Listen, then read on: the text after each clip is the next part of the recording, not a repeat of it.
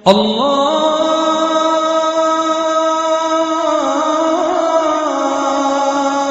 আকবার, আল্লাহু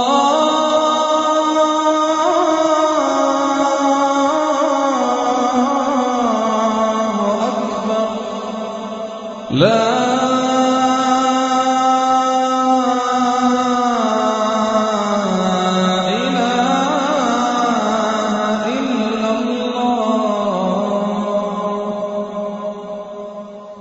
প্রত্যেক মুসলমানের জন্য ফরজে আইন যে শিরক কি, কত প্রকার, কিভাবে হয় সেগুলো আমাদেরকে জানতে হবে, কারণ না জানলে আমরা সেগুলো থেকে বাঁচতে পারবো না।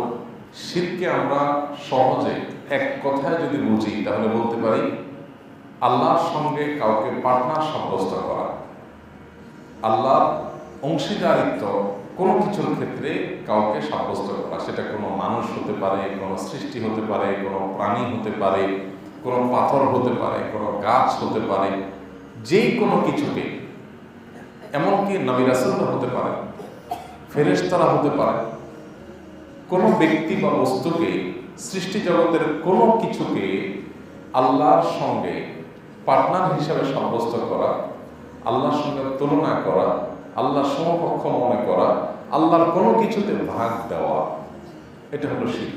শিরকের বিপরীতটা হলো কি? তাওহীদ। শিরকের উল্টাটা কি? তাওহীদ। তাওহীদ হলো একত্ববাদ। আল্লাহ রাব্বুল আলামিনের তার সকল গুণ, সকল বৈশিষ্ট্য, সকল তার কর্মকাণ্ড, এই সবগুলোতে তিনি একক, অদ্বিতীয়। তিনি কারো মুখাপেক্ষী না, তার কোনো সহকারের প্রয়োজন নেই, তার কোনো হেল্পারের দরকার হয় না, এবং কোনো কিছুতে তার কোনো শেয়ার হোল্ডার নেই, তার কোনো পার্টনার নেই, তার কোনো শরীক নেই, তার কোনো অংশীদার নেই। এই বিষয়টি মনে প্রাণে ধারণ করার নাম হলো তাওহীদ। এই তাওহীদ বিষয়ে কোরআনে যত আলোচনা হয়েছে, নির্দেশসূচক যত বক্তব্য কোরআন রয়েছে, যে বিষয়কে যুক্তির নিরিখে বিভিন্নভাবে আল্লাহ তাআলা কোরআনে সবচেয়ে বেশি বার পুরো কোরআন জুড়ে বোঝাবার চেষ্টা করেছেন, সেটি হলো তাওহীদ। আপনি কোরআনের পাতায় পাতায় দেখতে পাবেন যে আল্লাহ কোরআনে তাওহীদের যথার্থতা, তাওহীদের যৌক্তিকতা, তাওহীদের প্রয়োজনীয়তা এটা সাব্যস্ত করেছেন। অর্থাৎ একদিকে শিরকের ভয়াবহতা নিয়ে কোরআনের সবচেয়ে বেশি আলোচনা রয়েছে, আবার অপর দিকে সবচেয়ে বেশি কোরআনে কারিমে পজিটিভ আলোচনা রয়েছে তাওহীদ প্রসঙ্গে। এবং আরো ইন্টারেস্টিং বিষয় হলো, পৃথিবীতে যত নবী রাসূল এসেছেন, আদম আলাইহিস সালাম থেকে নিয়ে মুহাম্মদ সাল্লাল্লাহু আলাইহি সাল্লাম পর্যন্ত, মানব ইতিহাসের শুরু থেকে মহাপ্রলয় হয়ে সৃষ্টি জগৎ ধ্বংস হওয়ার আগ পর্যন্ত, সর্বশেষ নবী মুহাম্মদ সাল্লাল্লাহু আলাইহি সাল্লাম পর্যন্ত সকল নবী রাসূলদের কমন দাওয়াত ছিল তাওহীদের দাওয়াত। ইয়া আইয়ুহান নাস কুলু লা ইলাহা ইল্লাল্লাহ তুফলিহু। হে মানব জাতি, তোমরা তাওহীদের স্বীকৃতি দাও, তাওহীদকে মনে প্রাণে ধারণ করো, তাওহীদের প্রতি ঈমান আনয়ন করো, তুফলিহু, তাহলে তোমরা সফলকাম হয়ে যাবে। তাওহীদের এই গুরুত্ব, তাওহীদের এই মাহাত্ম্য দুর্ভাগ্যজনকভাবে আজ আমরা মুসলমানরা ভুলে বসেছি। এর জন্য দায় আপনাদের সাধারণ মানুষের বা যারা আলেম নন আপনাদের যতখানি, তার চাইতে অনেক বেশি দায় আমার বা আমাদের। আমরা আপনাদেরকে তাওহীদের যথার্থতা, তাওহীদের যৌক্তিকতা, তাওহীদের প্রয়োজনীয়তা আপনাদেরকে সঠিকভাবে আমরা তুলে ধরি। আমরা ইসলামের শাখা প্রশাখাগত বিষয়গুলোর ব্যাপারে যতটা সিরিয়াস, ইবাদত বন্দেগী নিয়ে যতটা সিরিয়াস, আমরা ইসলামের অনেক তাওহীদের তুলনায় কম গুরুত্বপূর্ণ বিষয় নিয়ে যতটা সিরিয়াস, তাওহীদের বিষয়ে আমরা অনেকে ততটা সিরিয়াস না। তাওহীদ হলো আমাদের আইডেন্টিটি। মুসলমানের আইডেন্টিটি কি? তাওহীদ। তাওহীদ যদি না থাকে, আপনার নামাজ আছে, রোজা আছে, হজ আছে, যাকাত আছে, সবই আছে, ভালো আচরণ আছে, কিন্তু শুধু তাওহীদ নেই, তাহলে এটার দুই পয়সার কোনো মূল্য নেই। ব্যাপারটা হলো ডিজিটের মতো, শূন্য যতই দেন কিন্তু শুরুতে 1, 2, 3 কিছু একটা থাকতে হবে। সেটা যদি থাকে তাহলে শূন্য যাই দিবেন তার ভ্যালু বাড়তে থাকবে, বাড়তে থাকবে, বাড়তে থাকবে। আর যদি শুরুতে সংখ্যা নাই থাকে তাহলে শূন্য হাজার হাজার দিলেও তার কোনো ভ্যালু নেই।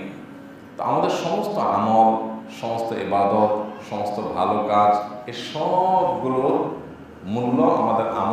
যোগ হবে যদি আমাদের শুরুতে ঈমানটা থাকে, তাওহীদটা থাকে, একত্ববাদের প্রতি বিশ্বাসটা যদি ঠিক থাকে। অন্য যত ধর্মের মানুষ আছে পৃথিবীতে, যত ধর্মের মানুষ আছে পৃথিবীতে, সকল ধর্মের মানুষের সাথে মুসলমানদের মৌলিক এবং প্রধান পার্থক্য হয় তাওহীদ দিয়ে। আপনি যদি খ্রিস্টানদের কথা বলেন, তারা মূলে যারা ছিল খ্রিস্টান, তারা তাওহীদের উপরে প্রতিষ্ঠিত থাকলেও আজ পৃথিবীতে যারা আছেন খ্রিস্টান হিসেবে, খ্রিস্টানদের যতগুলো গ্রুপ আছে, তাদের যতগুলো বলয় আছে, তাদের সবগুলো বলয় কম বেশি সবাই কোনো না কোনোভাবে তারা শিরকে লিপ্ত হয়ে গেছে। তারা আল্লাহ নবী ঈসা আলাইহিস সালামকে আল্লাহ শরীক সাব্যস্ত করেছে, ঈসা আলাইহিস সালামের মা মারিয়ামকে আল্লাহ শরীক সাব্যস্ত করেছে, আর আল্লাহকে বানিয়েছে সালিসু সালাসা, তিন উপাস্যের তৃতীয়। ইন্নাল্লাহা সালিসু সালাসা, এটা বানিয়েছে কারা? খ্রিস্টানরা। তাহলে তারা শিরকে লিপ্ত হয়েছে। ইহুদিরা তারা বলেছে, আল্লাহ কোরআনে তাদের কথা বলেছেন যে ওজাইর ইবনুল্লাহ, তারা বলেছে ওজাইর আলাইহিস সালাম তিনি আল্লাহর সন্তান ছিলেন, নাউজুবিল্লাহ। তাহলে ওজাইর আলাইহিস সালামকে আল্লাহর পার্টনার বানিয়ে আল্লাহর শরীক সাব্যস্ত করে তারাও শিরকে লিপ্ত হয়েছে। আর আমাদের অন্যান্য যে সমস্ত ধর্মাবলম্বী ভাইরা বোনেরা আমাদের আশেপাশে আছেন, তাদের পুরো ধর্মটাই তো দাঁড়িয়ে আছে কিসের উপরে? শিরকের উপরে। আল্লাহর সাথে কখনো প্রতিমাকে, কখনো ব্যক্তিকে, কখনো বিশেষ কোনো আপনার দেবতাকে, কোনো বিশেষ কোনো মহান ব্যক্তিত্বকে, মহান চরিত্রকে আল্লাহর সঙ্গে পার্টনার সাব্যস্ত করে তাকে আরাধনা, তাকে পুজো করা, তার উপাসনা করা, এটা তারা করেছে।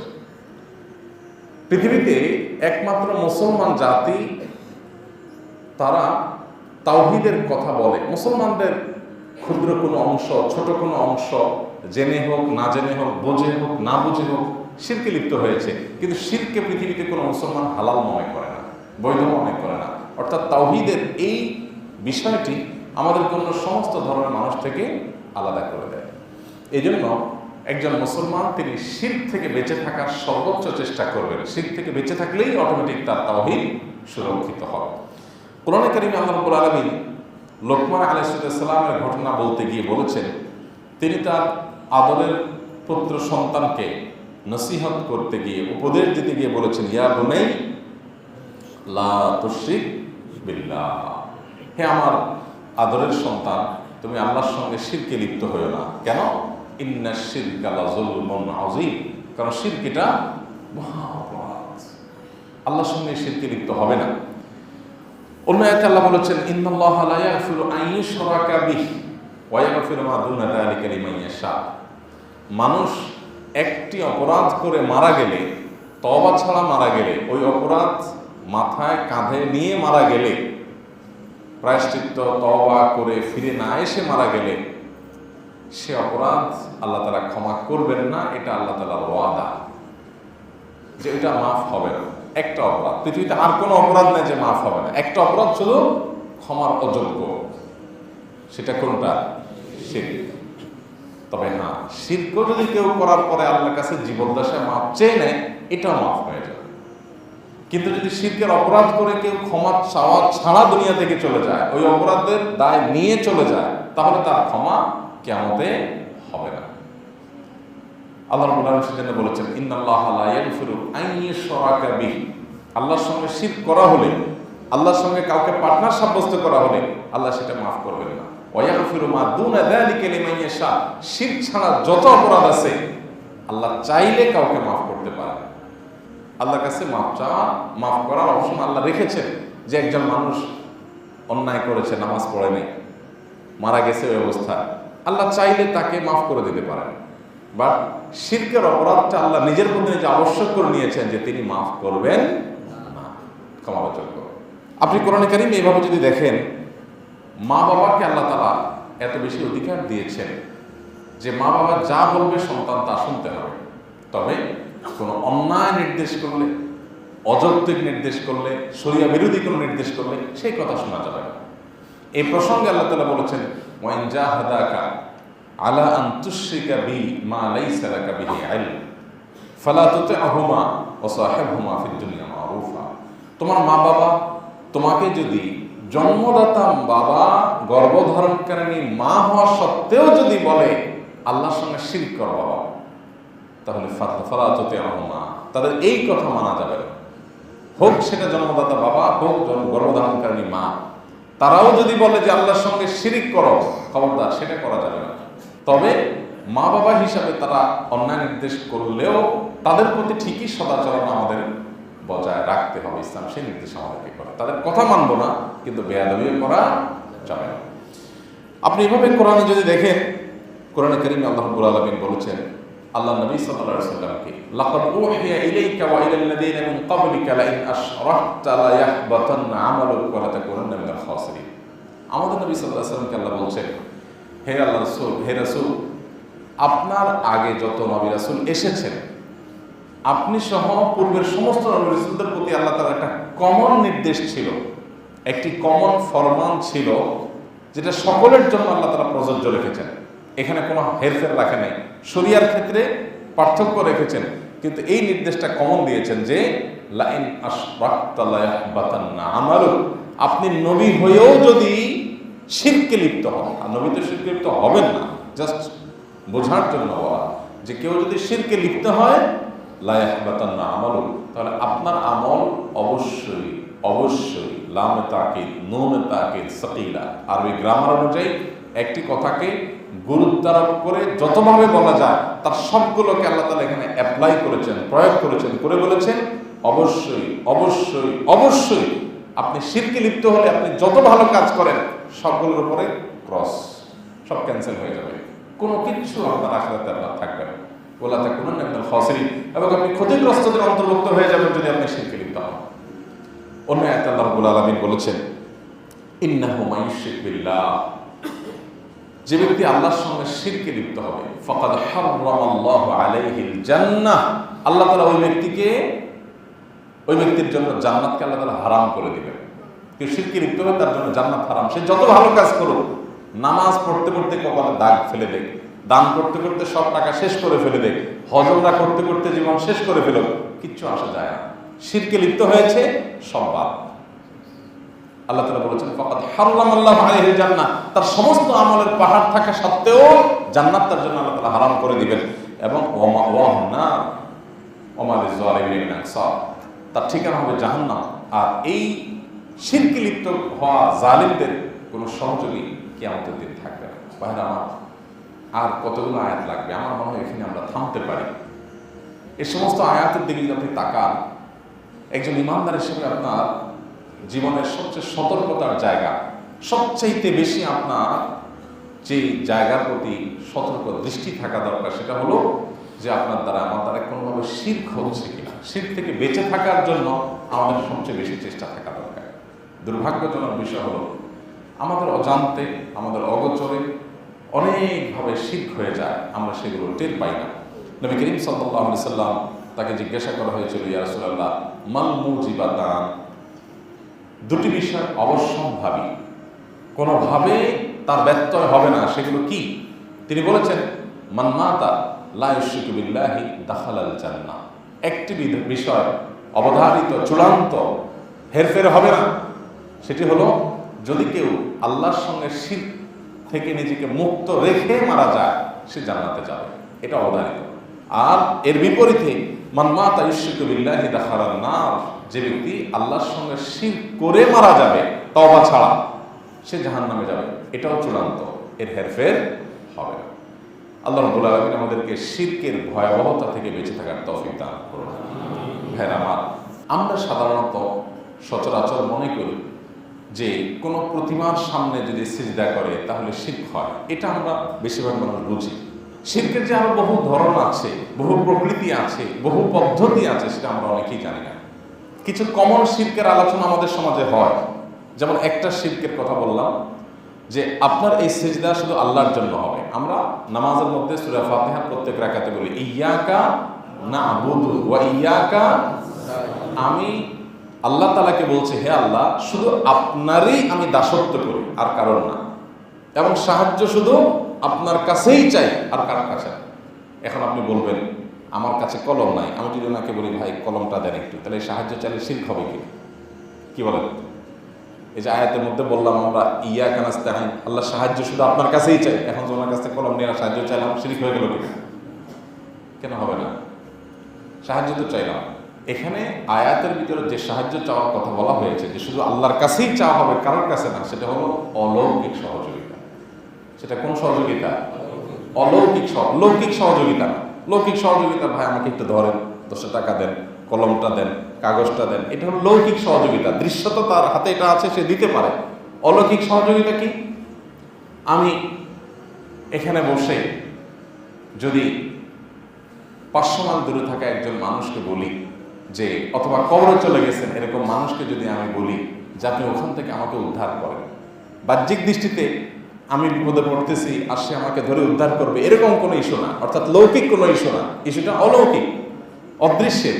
তবে সেই বিষয়ে সহযোগিতা শুধুমাত্র কার কাছে চাওয়া যাবে? আল্লাহর কাছে, আর কারোর কাছে চাওয়া যাবে না। আমরা আমাদের জীবনে দেখি এই যে দাসত্ব, এই দাসত্ব আমরা বিভিন্নভাবে করি। শুধু প্রতিমার সামনে মাথা সেজদা দিয়ে মাথা নুইয়ে মানুষ দাসত্ব করে তা নয়। শুধুমাত্র মাজারে গিয়ে মৃত ব্যক্তির কাছে, আমার আল্লাহর মৃত কোনো ওলি বুজুর্গ তার কাছে গিয়ে আমার সন্তান, আমার ব্যবসা, আমার অন্যান্য কাজ কামের জন্য সহযোগিতা চাইলাম, এটাই শুধুমাত্র শিরক নয়।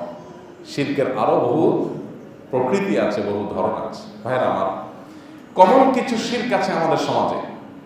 আমরা শিরকের সংজ্ঞাটা যখন জানবো তখন সব জায়গায় ফিট করতে সহজ হবে। আল্লাহর জায়গায় যেই ব্যক্তি, যে কোনো ব্যক্তি বা বস্তুকে স্থান দেওয়া বা তার একটা পার্ট কারোর জন্য রাখা, এটাই শিরক। এখন আসুন, আমাদের ভালোবাসা, চূড়ান্ত ভালোবাসা, সবচেয়ে বেশি ভালোবাসা কার জন্য হওয়ার কথা? আল্লাহর জন্য হওয়ার কথা। এখন কেউ যদি আল্লাহর চাইতে বেশি কাউকে ভালোবাসে বা আল্লাহ সমপর্যায়ে কাউকে ভালোবাসে, এই ভালোবাসাটা হবে শিরক। আমি যদি কাউকে এমন ভালোবাসি যে তার ভালোবাসায় আমি সবকিছু করতে প্রস্তুত, জীবন দিয়ে দিতে প্রস্তুত, এই ভালোবাসাটা আমাদেরকে অনেক ক্ষেত্রে শিরকের দিকে নিয়ে যায়, শিরকে লিপ্ত করিয়ে দেয়। একজন মানুষ সব কথা মানবে, পরিপূর্ণ অ্যাবসোলিউট আনুগত্য তার থাকবে যার জন্য, তিনি কে? আল্লাহ। ইনিল হুকমু ইল্লা লিল্লাহ, শাসন নির্দেশের অধিকার একমাত্র কার? আল্লাহ। এবং এই জায়গাটাতে যদি আপনি আর কাউকে পার্টনার সাব্যস্ত করেন, আপনি আর কাউকে যদি শরীক সাব্যস্ত করেন, কাউকে যদি সেখানে ভাগ দেন, ভাগ বসান, যে এর কথা আপনি কোনো রাজনৈতিক মতাদর্শ, কোনো দর্শন, কোনো বিশেষ চিন্তাধারা, এটার কাছে আপনার নিজের আনুগত্যকে যদি আপনি জমা দেন এবং আমার দল বলছে, আমার দর্শন বলছে, আমার নেতা বলছে, বাস আর কোনো কথা নেই, তাহলে এখানে আপনি শিরক করলেন। আল্লাহ বলেছেন আল্লাহ তাআলা রাজ্জাক, তিনি সকল সৃষ্টি জগতের সবার রিজিকের দায়িত্ব তিনি তার উপর নিয়েছেন। এখন আপনি যদি মনে করেন চাকরি চলে গেছে, আমি তো তাহলে না খাই মরে যাবো, ব্যবসা হয় নাই তাহলে তো আমি শেষ হয়ে যাব, ফসল হয় নাই তাহলে তো আমাদের বাঁচার কোনো উপায় নাই, আল্লাহর প্রতি ভরসার জায়গাটা যদি আপনার না থাকে, তাহলে সেক্ষেত্রে ওই আপনার চাকরিকে, আপনার ব্যবসাকে, এগুলোকে আপনি আল্লাহর শরীক এবং পার্টনার সাব্যস্ত করলেন। আমাদের অগোচরে, আমাদের অজান্তে হাজারো উপায়ে আমরা শিরকে লিপ্ত হই। শিরক থেকে বাঁচার জন্য আল্লাহর যে 99টি গুণবাচক নামের কথা হাদিসে আসছে, যে এগুলোকে মুখস্থ করলে সে জান্নাতে যাবে, এই নামগুলো আমাদের জানা থাকা দরকার। তাওহীদের প্রয়োজন, এটা গুরুত্বপূর্ণ। আপনি যখন এই নামগুলো জানবেন, আল্লাহ তাআলা গুণবাচক যে বৈশিষ্ট্যের কথা আল্লাহ বলেছেন, এগুলো আর কারোর জন্য আপনি সাব্যস্ত করবেন না। আল্লাহ তাআলা এই গুণবাচক বৈশিষ্ট্যগুলো শুধু আল্লাহর জন্য রিজার্ভ রাখবেন, তাওহীদে আপনার তাওহীদ চূড়ান্ত থাকবে, সংরক্ষিত থাকবে। এখানে একটা প্রশ্ন ওঠে যে পৃথিবীতে অপরাধ আছে, খুন করা অপরাধ, ব্যভিচার করা অপরাধ, ধর্ষণ করা অপরাধ, আরো চুরি করা অপরাধ, ডাকাতি রাহজানি করা অপরাধ, ছিনতাই করা অপরাধ, আরো অনেক অপরাধ আছে। যেই অপরাধগুলো যে খারাপ সেটা বক্তব্য দিয়ে বোঝানোর দরকার নেই, আমরা সবাই জানি, সবাই বুঝি যে এগুলো খারাপ। কিন্তু শিরকের অপরাধ যে অন্য সমস্ত অপরাধ, চুরি ডাকাতির চাইতেও, মানুষ খুনের চাইতে বেশি খারাপ, এটা বাহ্যিকভাবে বুঝে আসে না কেন বেশি খারাপ। মানে শিরকের মধ্যে কি এমন আছে? এখানে তো কারো কোনো ক্ষতি হয়নি, একটা মানুষ শিরকে লিপ্ত হয়েছে, এখানে তো সে কারোর ক্ষতি করে নাই, তার কাজ সে করছে, তার পাপ হতে পারে, কিন্তু সবচেয়ে বড় পাপ কেন হবে? একটা মানুষ একটা মানুষকে খুন করে ফেলছে, এটা অনেক বড় পাপ, জঘন্য পাপ। একটা মানুষের জীবন শেষ করে ফেলছে, ধর্ষণ করেছে, এটা একটা মানুষের সম্মানহানি সম্ভ্রমহানি করেছে, কষ্ট দিয়েছে, এটা তো বোঝা যায় অনেক বড় পাপ। শিরকের মধ্যে কি এমন আছে যে শিরক এটা সবচেয়ে বড় পাপ? এটা আমাদের অনেকের মনে প্রশ্ন উঠতে পারে যে কি আছে এখানে। দেখুন, প্রথম কথা হলো শিরকের এই অপরাধের ভয়াবহতা, এটা আমরা আমাদের যে লজিক, আমাদের যুক্তি, আমাদের যে বুদ্ধি, এটা দিয়ে আমরা রপ্ত করে ফেলতে হবে, ধরে ফেলতে হবে, এটা নট নেসেসারি, এটা জরুরি না। কেন জরুরি না? কারণ আমরা সৃষ্টি, আল্লাহ হলেন স্রষ্টা। আমাদেরকে এবং আমাদের যত টেকনোলজি আছে, আমাদের যত আইডিয়াস আছে, আমাদের যত প্রযুক্তি আছে, সবগুলো সৃষ্টিকর্তা কে? আল্লাহ। তিনি যেহেতু সবকিছু সৃষ্টিকর্তা, আমাদেরও সৃষ্টিকর্তা, অতএব তিনি যদি কোনো বিষয়ে আমাদেরকে নির্দেশ দেন যে এটা তোমাদের করতে হবে, না হলে তোমাদের ক্ষতি হবে, আবার কোনো বিষয় যদি নিষেধ করেন যে এটা থেকে তোমাদের বেঁচে থাকতে হবে, না তোমাদের ধ্বংস হবে, তাহলে আমরা সৃষ্টি হিসাবে স্রষ্টার সমস্ত আদেশ নিষেধের যৌক্তিকতা, যথার্থতা আমরা বুঝে ফেলবো, তারপরে আমরা সেটা অনুসরণ করব।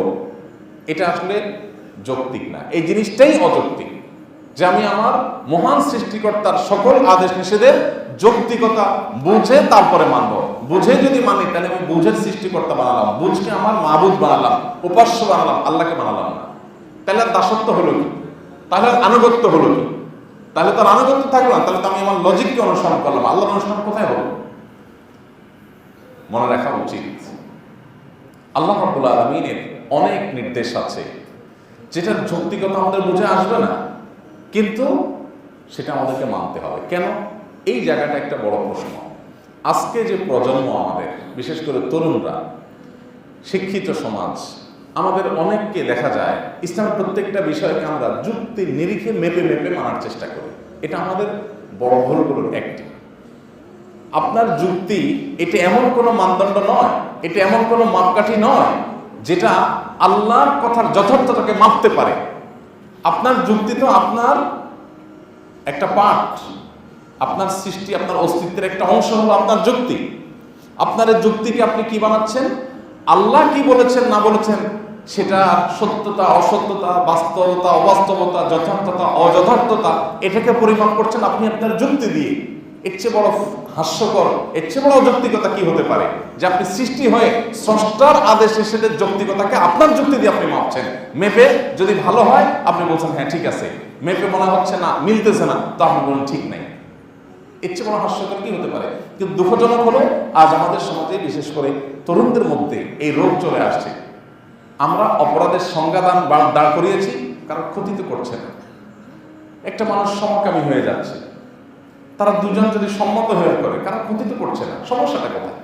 আমি গান শুনছি, আমি হারামে লিপ্ত আছি, বা আপনি বাধা দিচ্ছেন কেন? আপনার কোনো সমস্যা? আমি তো কারো ক্ষতি করছি না।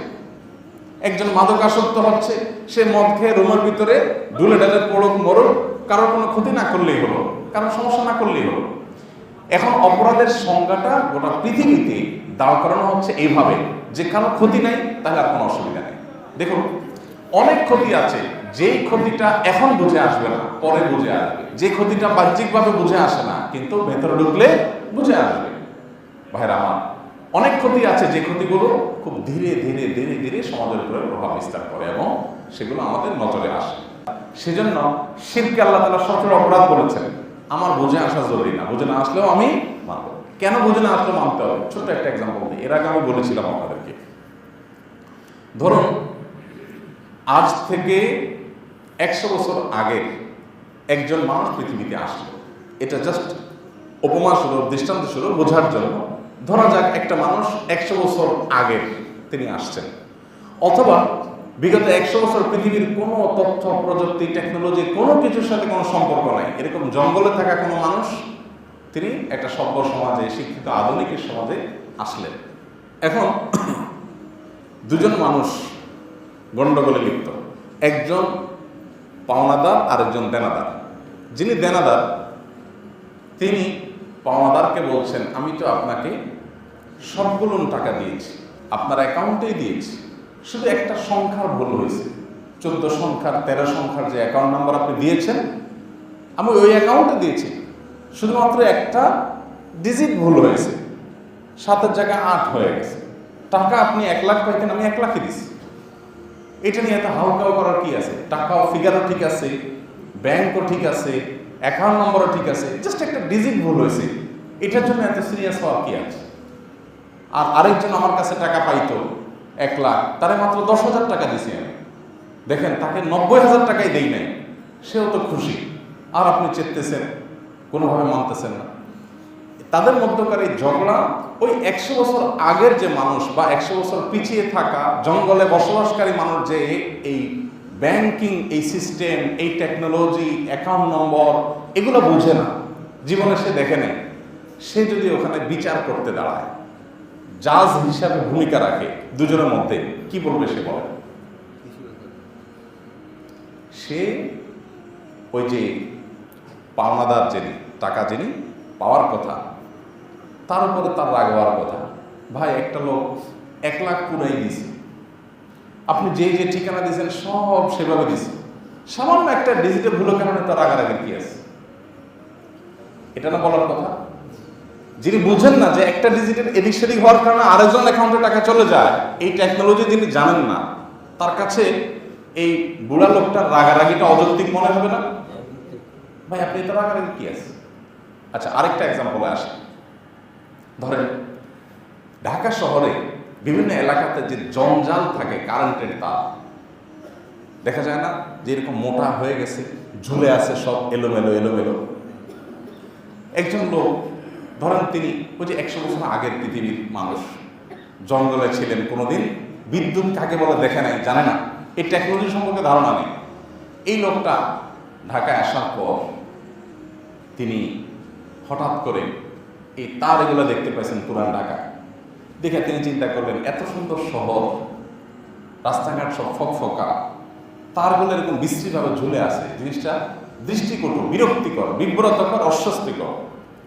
তিনি যদি ওই যে ঘাস কাটার বড় কাঁচি টাইপের কিছু নিয়ে এই তারগুলো সব কেটে সাফ করে দেয়, শহরকে সুন্দর করার জন্য, সামাজিক কাজের অংশ হিসাবে, স্বেচ্ছাসেবা হিসাবে, আল্লাহকে খুশি করার জন্য, বান্দাকে খুশি করার জন্য তিনি যদি এই কাজটা করেন, এরপরে যদি পুলিশ এসে তাকে গ্রেফতার করে ধরে নিয়ে যায় এবং তার নামে মামলা হয়ে তার মৃত্যুদণ্ড ঘোষণা করা হয়, সে যদি কাঠগড়া দাঁড়িয়ে বলে, জজ সাহেব, মাথা ঠিক আছে তো আপনার?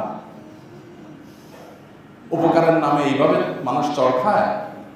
আপনাদের ভালোর জন্য, শহরটা সুন্দর করার জন্য আমি এত কষ্ট করেছি, না হয় আপনাদের কিছু তারের ক্ষতি করলাম, বুঝলাম এগুলো অনেক দামি তার, বুঝলাম এই তারটা আমি নষ্ট করে ফেলছি, এর জন্য আমাকে মৃত্যুদণ্ড দিতে হবে? এত অপরাধ এটা? জজ সাহেব যদি তাকে বলে, আপনি কি করেছেন আপনি জানেন? আপনাদের তার কাটার কারণে এই শহরের এই অঞ্চলের যতগুলো হসপিটাল ছিল, সবগুলো হসপিটালে যত আইসিইউতে রোগী ছিল, সবগুলো মারা গেছে। আপনি কতগুলো মানুষ খুন করেছেন আপনি জানেন? ওই লোকটা কি বলবে? বলবে, জজ সাহেব, আপনার মাথা তো আসলেই গেছে, দেখতেছি আমি কাটলাম এখানে তার, আপনি বলতেছেন হসপিটালের রোগী আমি মারছি, কিভাবে সম্ভব? এই লোককে কেউ বোঝাতে পারবে? যিনি বিদ্যুৎ সম্পর্কে কোনো ধারণা রাখেন না, যিনি 100 বছর ব্যাকডেটেড মানুষ, তাকে কেউ কোনো যুক্তি দিয়ে বোঝাতে পারবে যে আপনি কিভাবে মানুষ খুন করছেন? বোঝাতে পারবে? মানুষ হয়ে মানুষের টেকনোলজির সাথে 100 বছরের গ্যাপের কারণে যদি তার যৌক্তিকতা তার না বুঝে আসে এবং সবচেয়ে বড় অপরাধী সাব্যস্ত হতে পারে, তাহলে সৃষ্টি হয়ে স্রষ্টা শিরক করতে নিষেধ করেছেন, শিরককে সবচেয়ে বড় অপরাধ মনে করেছেন, সাব্যস্ত করেছেন, সেটা আপনার কাছে বুঝে আসছে না। আপনি বলছেন, আল্লাহ, চুরি ডাকাতি বুঝলাম খারাপ কাজ, খুন করা বুঝলাম খারাপ কাজ, শিরক করলাম, আমি তো কারো ক্ষতি করলাম না, কেন আমার জাহান্নামে অনন্তকাল থাকতে হবে? বিষয়টাকে বোঝা গেছে? তাহলে আল্লাহর প্রত্যেকটা নির্দেশ আমার বুঝে আসলে তারপর আমি মানবো, এটা হাস্যকর, এটাই সবচেয়ে বড় অযৌক্তিক। আপনি কে? আপনি সৃষ্টি, আপনার বিবেককে মানদণ্ড বানাচ্ছেন মহান সৃষ্টিকর্তার আদেশ হিসেবে যথার্থতাকে প্রমাণ করবার জন্য। এর চাইতে অযৌক্তিক পৃথিবীতে আর কিছু হতে পারে না। আপনি আল্লাহর যে টেকনোলজি, ওই ভদ্রলোক যেরকম ডিজিটাল টেকনোলজি বুঝেন না, বিদ্যুতের টেকনোলজি বুঝেন না, যুক্তিতে আসলেই যদি সেটা মানব মনে হয়, তাহলে তার কাছে ওই তার কাটার কারণে হসপিটালের রোগী মারা অযৌক্তিক, একটা ডিজিট ভুলের কারণে রাগ করাটা অযৌক্তিক। যে বিদ্যুৎ জান না, এখানে সুইচ দিলে ওখানে ফ্যান ঘুরবে, এটা যদি 100 বছর আগের মানুষকে বলা হইতো, এই জিনিসটাকে যৌক্তিক বলতো না অযৌক্তিক বলতো? বিষয়টা কি সঠিক? মানে বাস্তবে এটা সুইচ দিলে ফ্যান ঘুরবে, এটা কি সঠিক না বেঠিক? বিষয়টা যৌক্তিক কিনা? কিন্তু তার কাছে এটা কেন অযৌক্তিক? তিনি এটা জানেন না।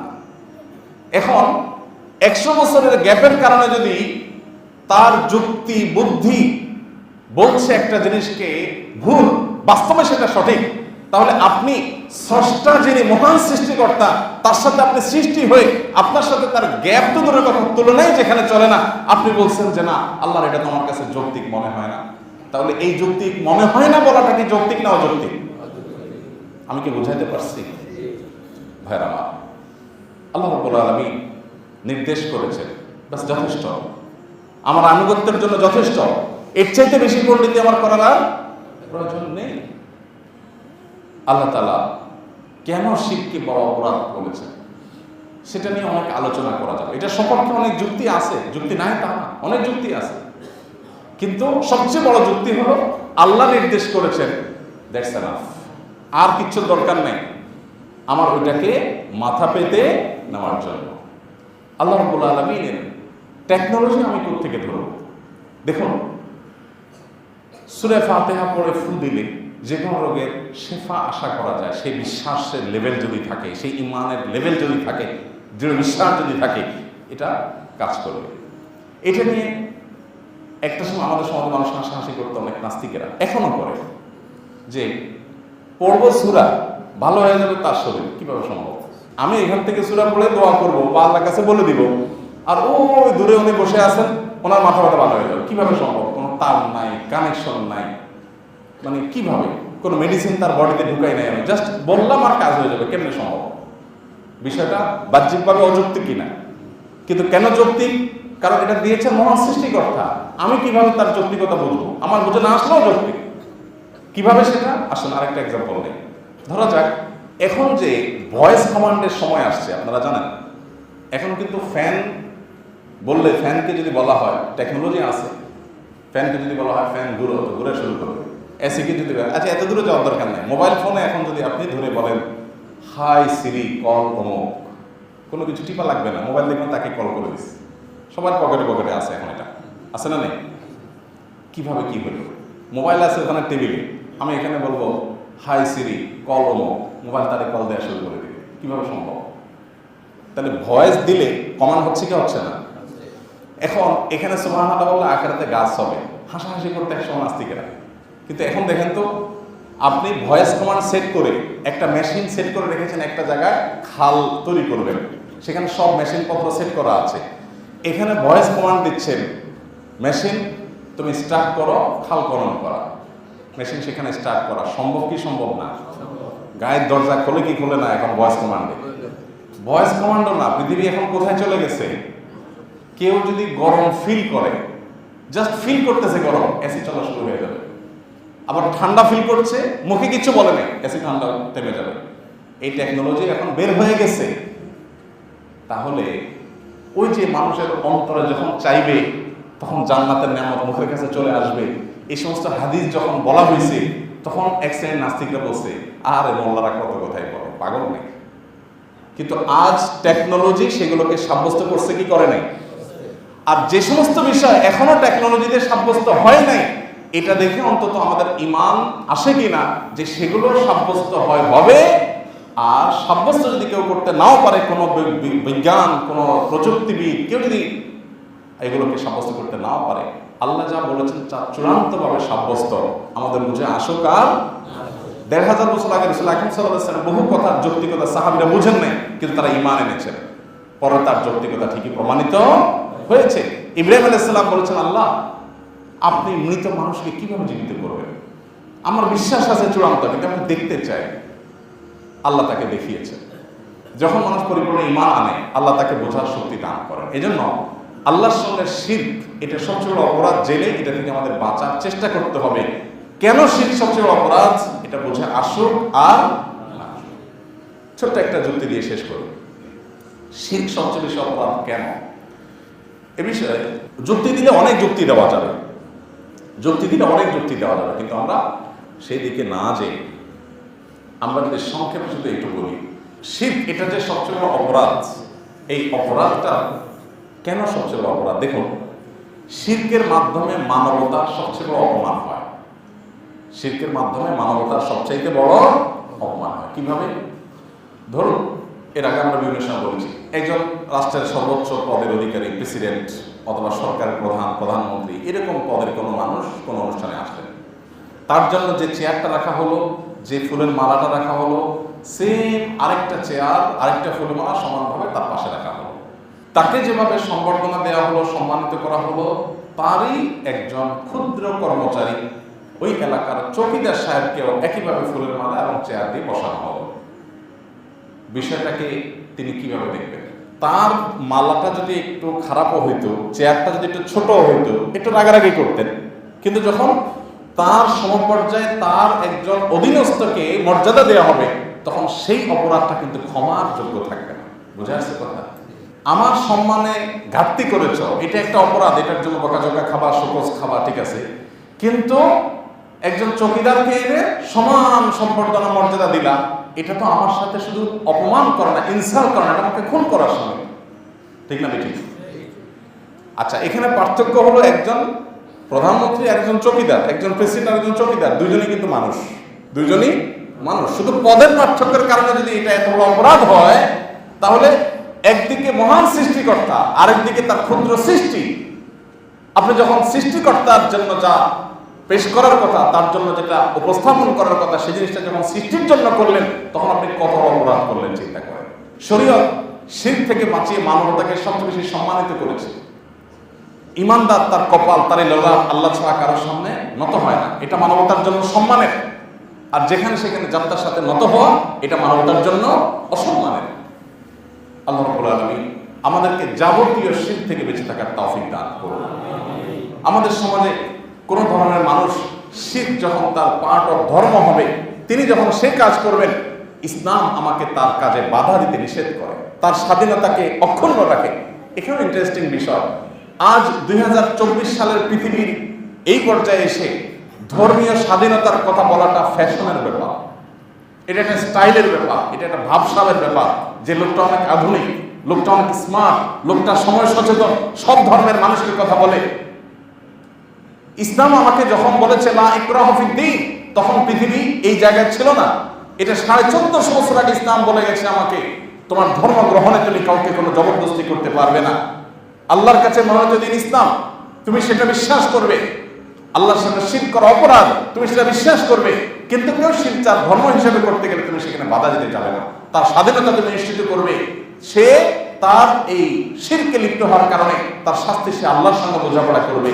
আল্লাহ তাআলা সেটাও বলেছেন যে তাবায়ানা রুশদ মিনাল গাই, স্পষ্ট হয়ে গেছে সত্য কোনটা অসত্য কোনটা, কিন্তু তাই বলে তুমি জবরদস্তি করতে যাবে না। ইসলামের চাইতে আধুনিক, ইসলামের চাইতে এই অগ্রসর, ইসলামের চাইতে আপডেটেড আর কিছু হতে পারে না। আপনার কথা বলার দরকার নেই।